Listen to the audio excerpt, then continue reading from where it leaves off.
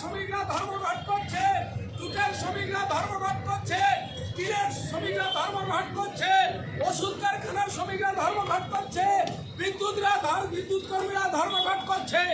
আজকে কোনো সামাজিক সুরক্ষা থাকবে না। একজন শ্রমিক রিটায়ার করার পর তার যে গ্র্যাচুইটি, সেই গ্র্যাচুইটি থাকবে না। একজন ঠিকাদার যে আইন ছিল, যে সেই ঠিকাদারকে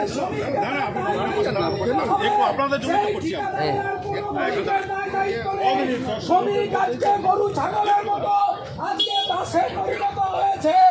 আজকে সমস্ত ধরনের যা কালা কানুন করেছে, একজন শ্রমিককে মিনিমাম দেশের আইন ছিল যে মিনিমাম তাকে 26,000 টাকা 26,000 তাকে দিতে হবে, সব বেতনে 26 দিন কাজ করবে। কিন্তু আজকে নো ওয়ার্ক নো পে, আপনি কাজ করলে টাকা পাবেন, নালে কোনো টাকা পাবেন না। আজকে 26 দিনের পরিবর্তে 30 দিনে মাস করা হয়েছে। তাই আজকে এ ধর্মঘট আমরা কয়েকজন লাল ঝান্ডা নয়, এ আম আদমির আজকে শ্রমিকদের লেবারদের জন্য ধর্মঘট। আজকে শ্রমিককে দাসে পরিণত করা হচ্ছে।